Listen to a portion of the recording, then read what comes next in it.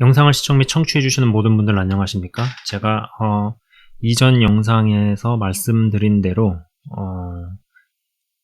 인간 본성의 법칙이라는 책의 어떠한 대목을 발췌해서 있는 그대로 읽어드리도록 하겠습니다. 그 읽어드리는 영상을 2개로 제작을 할 건데 첫 번째 영상입니다. 안톤 체호프라는 작가에 관련된 이야기입니다. 그리고 여러분 어떤 이 사람의 어떤 그 태도, 보통 애티튜드라고도 하죠. 마음을 어떻게 먹느냐, 마음의 태도를 어떻게 갖추느냐에 대한 이런 부분에 대해서 여러분 한번 잘 생각해 보셨으면 좋겠어요. 제가 해당 대목을 읽어드리고 나서 몇 가지 저의 소감, 그리고 좀 생각해 본 부분들에 대해서 좀 나눠 보도록 하겠습니다. 이제 읽도록 하겠습니다. 나중에 유명 작가가 된 안톤 체호프는 어린 시절 매일 두려움에 휩싸여 아침을 맞았다. 오늘도 아버지에게 매를 맞을까? 아니면 어떻게 좀 피해갈까? 경고도 없이, 때로는 분명한 이유도 없이 아버지 파벨 예고로비치는 지팡이나 채찍 혹은 손등으로 아들을 몇 차례씩 후려 갈기곤 했다. 더욱 혼란스러운 것은 아버지가 그를 때리는데 어떤 분명한 악의나 분노가 없었다는 점이다.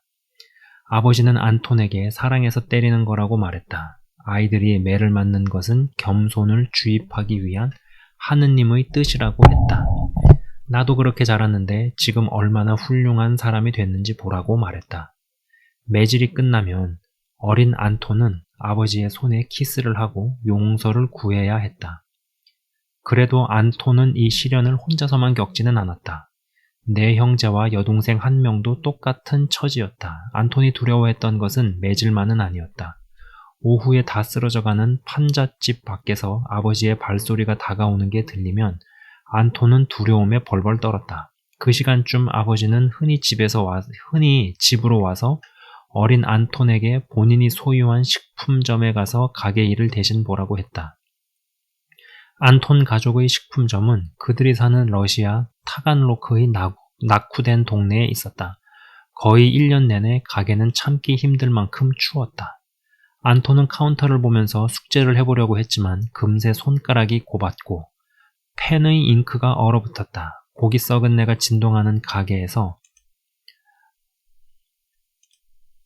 안톤은 우크라이나 농부들의 더러운 농담을 들어야 했고 보드카를 마시러 온 온갖 동네 술주정뱅이들의 추잡한 짓도 보아야 했다. 그 와중에 동전 하나까지 정확하게 세지 못하면 아버지에게 추가로 매를 더 맞아야 했다. 종종 아버지가 어디 다른 곳에서 술에 취하는 날이면 안톤은 몇 시간씩 가게를 지켜야 했다.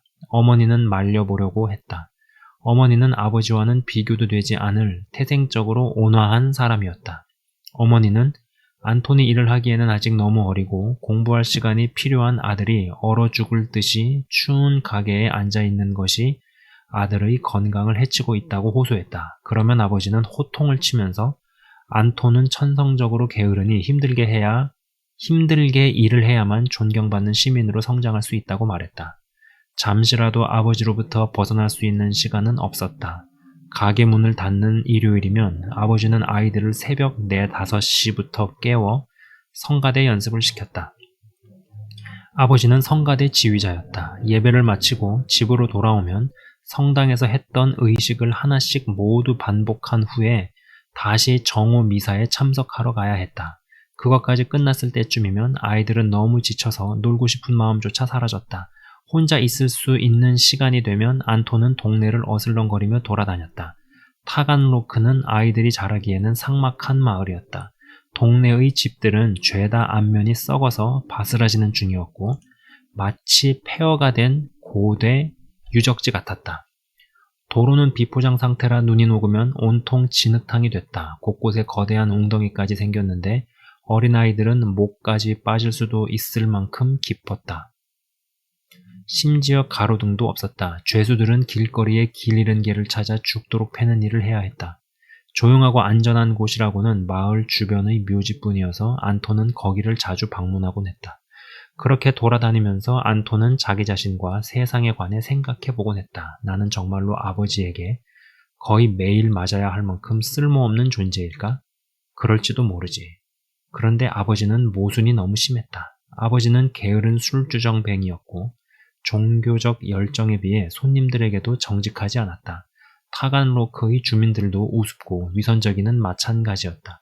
묘지에서 마을 사람들을 관찰해보면 장례식을 치르는 동안 경건한 척을 하다가도 이내 장례식이 끝나면 미망인의 집에서 먹을 맛있는 케이크에 관해 서로 신나게 속삭이곤 했다. 마치 그것 때문에 장례식에 왔다는 듯이 말이다.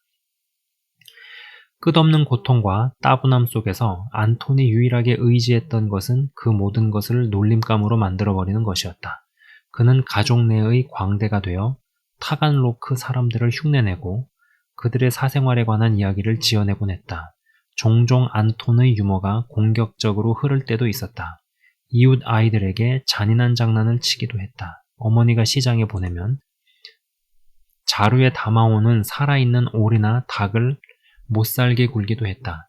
안톤은 짓궂고 아주 게으른 아이가 되어가고 있었다. 그러던 1875년 체호프 가족의 모든 게 바뀌는 일이 일어났다. 안톤의 두 형인 알렉산더와 니콜라이가 더 이상 아버지를 참아내지 못했던 것이다. 둘은 함께 모스크바로 가서 알렉산더는 학위를 받고 니콜라이는 예술가가 되기로 했다. 아버지는 권위에 대한 도전에 격노했으나 둘을 막을 방도가 없었다. 비슷한 시기에 아버지는 식품점 운영을 엉망으로 한 결과도 책임져야 했다. 오랫동안 쌓여가던 빚의 상환기일이 도래했던 것이다. 파산을 하고 감옥에 갈 것이 거의 확실해진 아버지는 어느 날 밤 어머니에게조차 말하지 않고 조용히 마을을 빠져나가 모스크바로 도망쳤다. 두 아들과 함께 살 작정이었다. 안톤의 어머니는 빚을 갚기 위해 가산을 팔아야 했다. 체호프 가족과 함께 살던 하숙인 하나가 어머니를 도와 빚 문제를 해결해 주겠다고 나섰다. 그러나 어이없게도 그 하숙인은 법원에 있는 인맥을 이용해 체호프 가족의 집을 가로챘다. 제가 이건 오타를 쳤습니다. 가로챘다. 돈 한 푼 없이 쫓겨나게 된 어머니는 남은 아이들을 데리고 모스크바로 떠나야 했다. 안톤만이 남아서 공부를 끝내고 졸업장을 받기로 했다. 안톤은 남은 가산을 모두 팔아서 최대한 빨리 모스크바로 붙여주는 책임을 맡았다. 이제 집주인이 된 그 하숙이는 안톤에게 방 한 칸의 구석을 내주며 거기서 살라고 했다. 이제 겨우 16인 안톤은 갑자기 돈이라고는 한 푼도 없고 뒤를 봐줄 가족도 없이 타간로크에서 혼자 생계를 책임져야 하는 처지가 됐다. 그 전까지 안톤은 사실상 혼자였던 적이 한 번도 없었다. 좋든 싫든 가족은 그의 전부였다. 그런데 지금은 마치 발을 디디고 서 있는 땅이 사라져버린 기분이었다. 어쨌거나 도움을 청하기 위해 돌아볼 수 있는 사람이 아무도 없었다. 타간로크에서 오도 가도 못하게 된 안톤은 이 비참한 운명에 대해 아버지를 탓했다. 하지만 그렇게 감상에 젖어 있을 시간조차 없다는 사실이 이내 분명해졌다. 그는 가진 게 아무것도 없었지만 어떻게든 살아남아야 했다. 그래서 안톤은 최대한 많은 집의 가정교사가 됐다. 그 집들이 휴가를 가면 안톤은 며칠씩 굶기도 했다. 하나뿐인 재킷은 낡고 헤어져 올이 다 드러났다. 비오는 날 신을 고무더 씬도 하나 없었다. 발이 다 젖은 채로 덜덜 떨며 남의 집에 들어설 때면 수치심이 들었다. 하지만 이제 안톤은 적어도 자신을 부양할 수 있었다. 안톤은 의사가 되기로 마음먹었다. 그는 과학적 사고방식을 갖고 있었고 의사라는 직업은 훌륭한 밥벌이였다. 하지만 의대에 들어가려면 지금보다 훨씬 더 열심히 공부해야 했다. 그가 조용하고 평화롭게 공부할 수 있는 유일한 장소는 동네 도서관이었다. 그는 도서관을 줄기차게 드나들었다.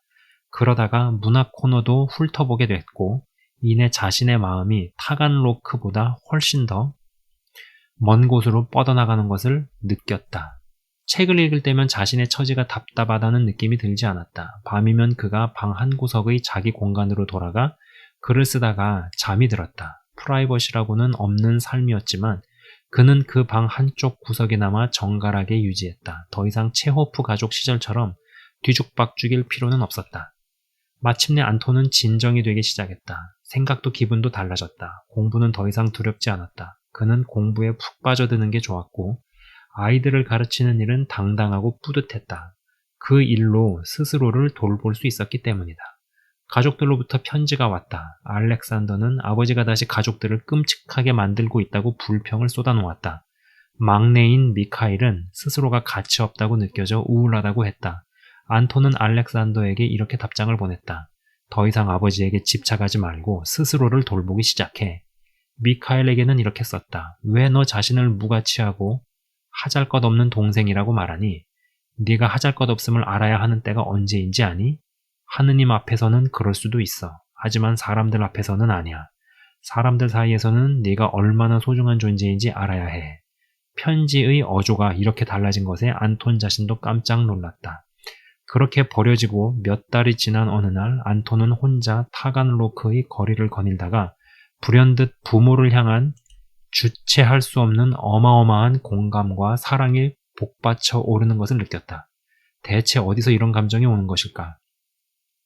그는 이전까지 한 번도 이런 감정을 느껴본 적이 없었다. 며칠간 그는 아버지에 대해 곰곰이 생각하고 있었다.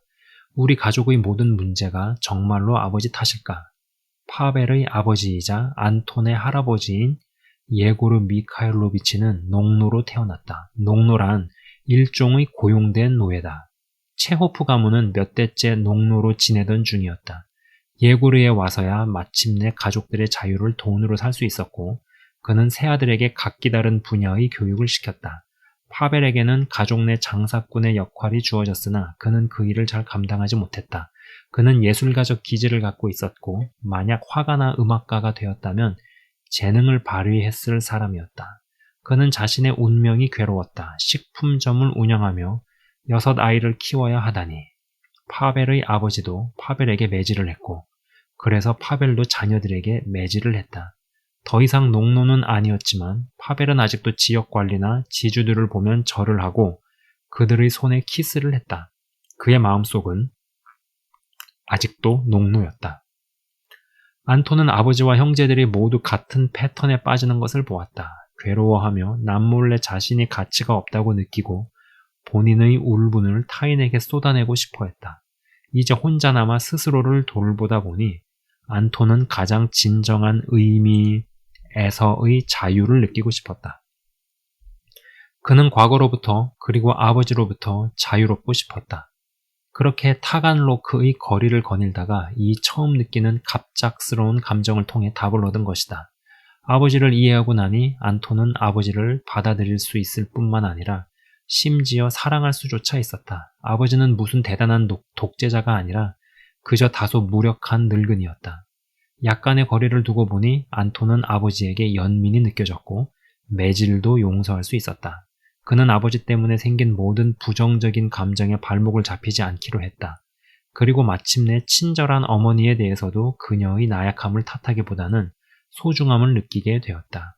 잃어버린 유년기에 대한 집착과 분노를 비워내자 갑자기 온몸이 훨씬 가벼워진 기분이었다. 그는 맹세했다. 더 이상 사람들에게 절을 하거나 사과하지 않을 것이다. 불평도 남 탓도 하지 않을 것이다. 두서없이 살며 시간을 낭비하지도 않을 것이다. 모든 문제에 대한 답은 일과 사랑에 있었다. 그는 이 메시지를 가족들에게도 전해서 그들을 구해줘야 했다. 소설과 희곡을 통해 이 메시지를 인류와 공유해야 했다. 마침내 1879년 안톤은 가족과 함께하며 의대에 진학하기 위해 모스크바로 갔다. 하지만 그곳에서 보게 된 광경은 그를 낙담하게 만들었다. 체호프 가족은 홍등가 한가운데 위치한 공동주택 지하방 한 칸에 몇몇 하숙인들과 함께 비좁게 살고 있었다.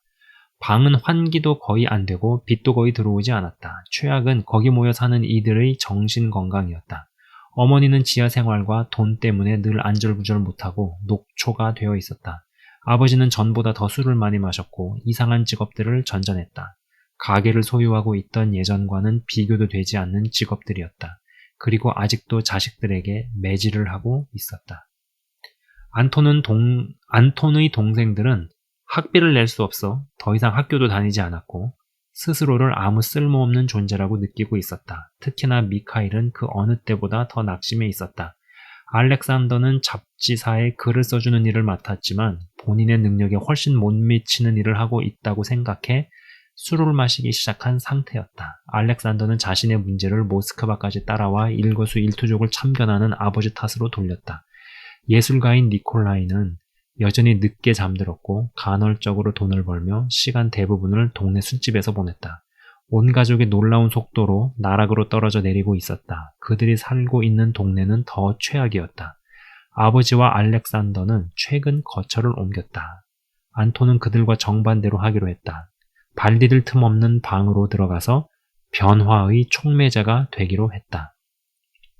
가족들에게 설교를 하거나 그들을 비난하지는 않을 것이다. 그저 좋은 모범을 보여줄 것이다. 중요한 것은 가족들을 하나로 묶고 의욕을 불어넣는 것이었다. 안톤은 정신을 못 차리고 있는 어머니와 여동생에게 집안일은 본인이 맡겠다고 했다. 안톤이 청소와 다림질을 하는 것을 보며 다른 형제들도 이 일을 나눠 맡기로 했다. 안톤은 의대에서 받은 장학금을 아껴 절약했고 아버지와 알렉산더에게서도 돈을 더 받아서 미카일과 이반, 마리아를 다시 학교에 보냈다. 안톤은 아버지에게도 어렵사리 더 좋은 일자리를 구해주었다. 아버지의 돈과 안톤의 저축으로 가족 전체를 밖이 훤히 보이는 훨씬 큰 아파트로 옮길 수 있었다. 안톤은 가족들의 삶의 모든 측면을 개선하려고 애썼다. 동생들에게는 본인이 고른 책을 읽혔고 밤늦게까지 최신 과학 발견이나 철학적 질문과 관련해 토론을 벌였다. 서서히 가족들은 한 차원 더 깊은 수준의 유대감을 형성하면서 안톤을 파파 안토샤라고 부르기 시작했다. 가족의 리더라는 뜻이었다. 안톤이 모스크바에 처음 와서 발견했던 가족들의 불평 많았던 자기 연민의 태도는 거의 사라지고 없었다. 남동생 둘은 이제 신나서 본인들의 장래 희망에 관해 떠들곤 했다. 안톤의 가장 큰 과제는 형인 알렉산더를 바꿔놓는 일이었다. 안톤은 알렉산더가 가족 중에 가장 큰 재능을 타고났다고 생각했다. 하지만 동시에 가장 곤경에 빠져있는 가족이기도 했다. 어느 날 알렉산더가 만취 상태로 집에 와 어머니와 여동생에게 욕을 하며 안톤의 얼굴을 박살내버리겠다고 위협했다. 가족들은 이런 술주정을 체념한 상태였지만 안톤은 용인할 생각이 없었다. 다음 날 안톤은 알렉산더에게 형이 다시 한 번만 가족 중 누군가에게 소리를 지른다면 다시는 이 집에 발을 들이지 못하게 할 것이며 형으로 보지도 않겠다고 말했다. 형은 이제 어머니와 여동생을 존중해야 하고 본인이 술과 여자에 빠져 살게 된 것에 대해 아버지를 탓해서는 안 된다. 형은 품위를 지켜야 한다. 옷도 제대로 입고 본인 간수를 잘해라. 그게 우리 가족의 새로운 규칙이라고 말했다. 알렉산더는 사과를 하고 행동도 좀 나아졌지만 안톤으로서는 자신이 가진 모든 인내심과 가족에 대한 사랑을 짜내야 하는 끝없는 싸움이었다. 체호프 가족에게는 자기 파괴적인 구석이 깊이 배어 있었다. 니콜라이는 그 때문에 알코올 중독으로 일찍 세상을 떠났다. 계속해서 관심을 기울이지 않는다면 알렉산더 역시 같은 길을 가기 쉬웠다. 안톤은 알렉산더가 서서히 술을 끊게 만들었고 저널리스트로서의 커리어도 쌓을 수 있게 도와주었다. 마침내 알렉산더는 평온하고 만족스러운 생활에 안착했다. 자, 여러분, 제가 지금 인간 본성의 법칙이라는 책의 어떤 대목을 여러분에게 낭독해 드렸습니다. 여러분 어떤 생각이 드십니까? 이게 정말 얼굴을 보면서 한 자리에 있는 거라면은 다른 분의 생각도 좀 들어보고 뭐 이렇게 자유롭게 토론같이 이야기하면은 좋을 것 같은데 뭐 그럴 수 없으니까 제가 자, 그 잘못된 것들이 이 강제적으로 주입되는 환경에서는 어찌할 것인가 좀 퀘스천 해볼 수 있죠. 네. 내가 부모를 선택을 하거나 민족을 선택하거나 나라를 선택해서 태어날 수 있는 사람은 없죠. 그죠? 근데 태어나서 딱 보니까 어떠한 잘못된 것들이 강제로 주입이 되어지는 그런 환경과 문화와 가정 가운데 태어났다라고 한번 가정을 해보는 겁니다. 오늘 제가 읽어드린 안톤 체호프. 네. 여러분, 안톤 체호프라는 사람이 유명 작가입니다. 문학가예요. 근데 제가 읽어드린 것처럼 여러분 들으시면서 어떠한 환경, 너무나 안 됐죠. 네. 아버지의 가정폭력, 새벽에 애들 깨워가지고 성가대 연습시키고 말도 안 되는 이유로 매질을 하고, 그러나 동네, 타가노프라는 그 동네도 너무 안 좋고, 그죠? 뭔가 불우한 환경입니다. 여기서 그런 생각을 해보는 거죠. 그럼 그런 환경 가운데서 싸울 것인가?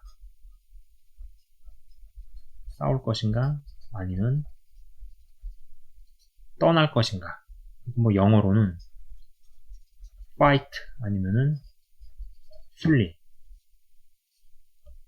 이거는 사람마다 조금씩 다른 것 같습니다.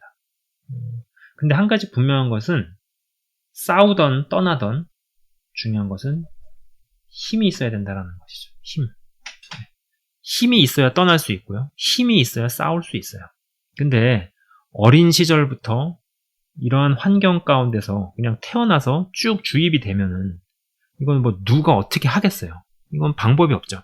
그래서 안톤 체호프도 뭔가 이렇게 좀 우스꽝스럽게 살고 지내고 하던 그런 대목이 있잖아요. 근데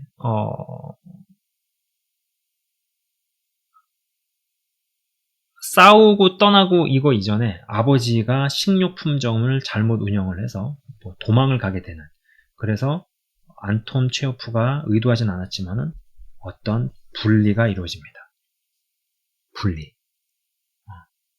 분리가 이루어지고 있던 때에 어떤 번개 같은 깨달음이 왔죠. 그게 참 희한한 대목이에요. 번개 같은 깨달음. 어떤 분이 그런 얘기를 하는 걸 봤습니다. 자신을 찾는 사람이 없고 자신에게 전화를 하는 사람이 없고, 그래서 나는 참 내 삶은 외롭고 나는 심심하고 나는 사람들에게 인기가 없고 뭐 이렇게 계속 쭉 생각을 하면서 암울한 생각으로 이렇게 오랜 시간을 지내다가 갑자기 생각의 전환이 그냥 온 거예요. 야, 아무한테도 연락이 안 오고 아무도 날 찾지 않으니까 나는 얼마나 편안한가, 얼마나 시달릴 일도 없고 얼마나 자유한가, 그러면서 생각의 전환이 한순간에 확 일어난 거죠. 그죠? 뭐 이게 좀 비슷한 예인지는 모르겠지만은 안톤 체호프에게도 어느 순간에 번개 같은 그런 생각의 전환이 확 오면서 부모님이 이해가 되고 아버지가 이해가 되고, 그러면서 제가 이제 읽어드린 대목에서 나오잖아요. 안톤 체호프의 아버지도, 그러니까 안톤 체호프의 할아버지죠. 할아버지한테 매질을 당하고 농노 출신으로,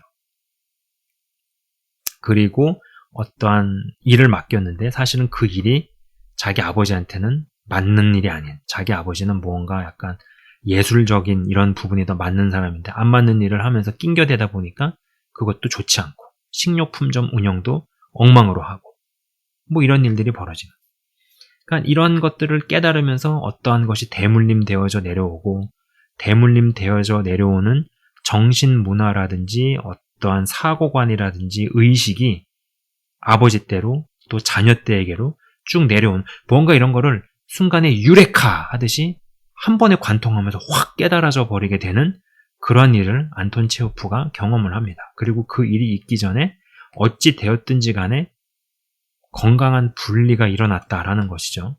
네? 아버지가 같이 없는, 그러면서 살던 집이 넘어가고 사기를 당하고 가족들은 다 떠나고 어머니도 떠나고 혼자서 과외를 하고 하여간 혼자서 그 삶을 영위하는 과정 가운데서 이러한 일을 경험을 합니다. 그래서 아버지를 이해할 수 있게 되고 뭐 받아들이기까지 하며 그리면 사랑까지 할 수 있겠구나, 뭐 이렇게 의식의 전환이 일어나는 이런 일들이 뭐 꼭 신앙적인 이런 거를 논하지 않더라도 사람들에게 좀 있긴 있는 것 같습니다.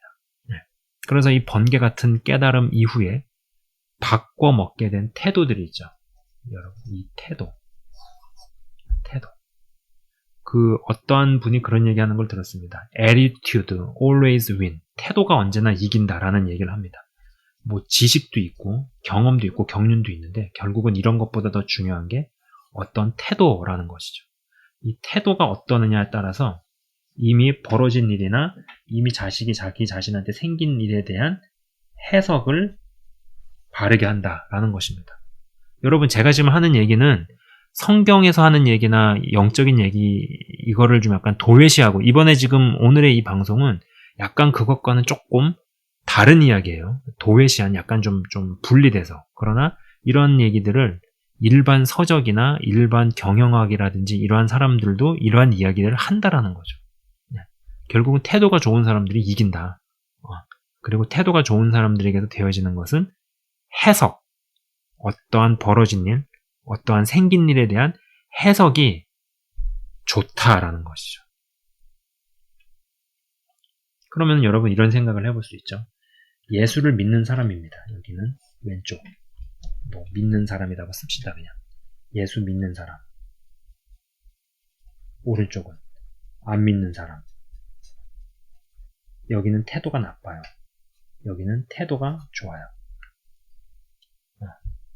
제가 지금 무슨 이야기를 하고자 함인지 아실 겁니다.